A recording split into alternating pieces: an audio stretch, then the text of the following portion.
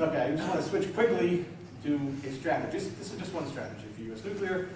One, we're in an energy crisis, so we really need to build, along with the renewables, of course, we need to build nuclear power plants. So we need energy. Don't call it a Manhattan Project. You kind of hear that on TV now. Oh, we need a Manhattan Project. No, that's a weapons project. We need something else. We need the Pegasus Project. Whatever you want to call it something nice. We need to store the waste. Again, we're in no hurry. You don't need to rush to throw this stuff away only to figure out you're going to have to get it back out in 50 years.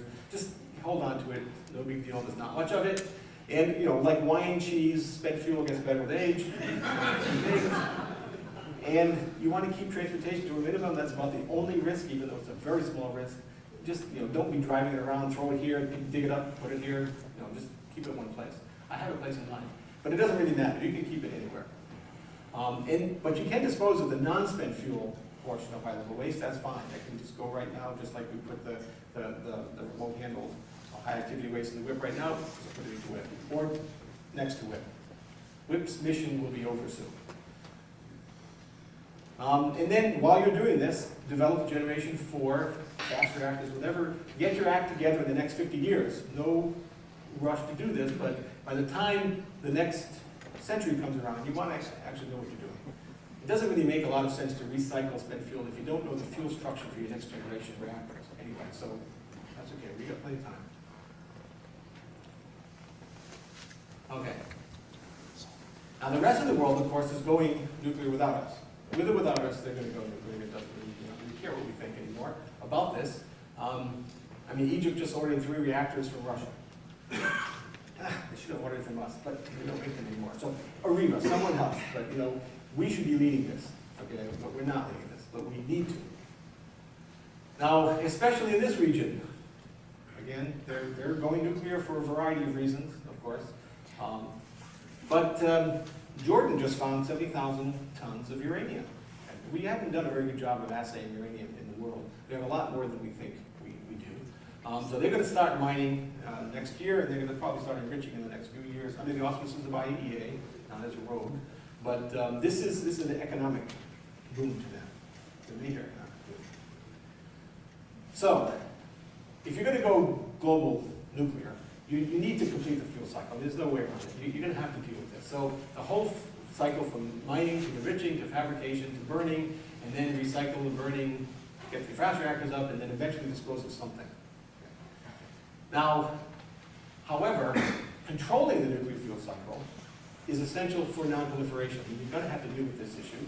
And only a few supplier nations can afford, certainly not even just need it, but can afford to have the whole cycle. This is expensive. In fact, the end point is the most expensive part of the cycle. It's about 30% of the cost is in the disposal. Okay. Now, user nations only need 1 or 2 of those. Okay. So, it's interesting to note that half the uranium deposits are in developing countries. So they're going to have this part of it, and they're going to need energy.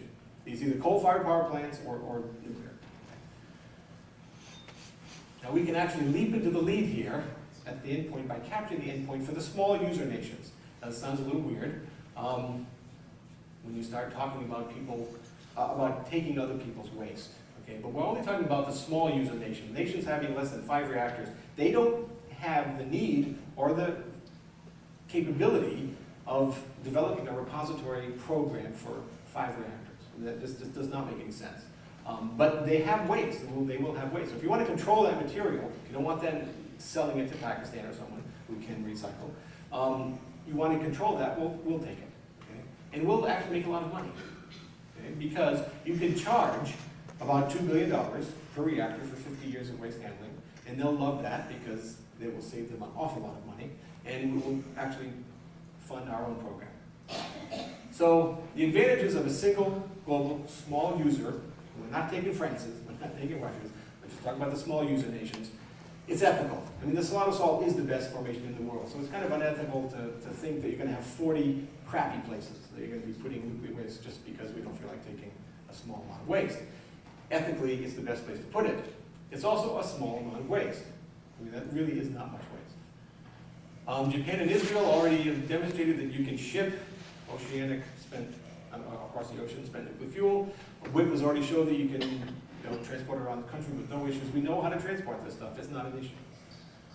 And it's also the least costly, because if you make all these countries develop their own repository program, it's going to cost them about $500 billion. Okay? Otherwise, they'll be selling it to someone else who has it. So again, no taxpayer dollars needed. You can fund our own program even. Nuclear Waste Fund can actually go to R&D, like it would be nice to see. In proliferation, the only way to retain control of nuclear materials is to basically take them. And it's not in a confrontational way. We're not saying, oh, we want your waste because we think it'll make bombs. No, we'll take it, we'll save you money. And this is a purely diplomatic, economic issue, not a confrontational issue. And here's WIP over here, so you put it in the Salado. Don't call it WIP, because WIP has a specific, well-defined mission that will be over by 2020. You're talking about another use of the salt. Okay, it's just a little repository. It's easy to do, very cheap. Use the same equipment, the same people or their children. I mean, we know how to do this. People live there, they know how to mine, they know how to dispose of waste.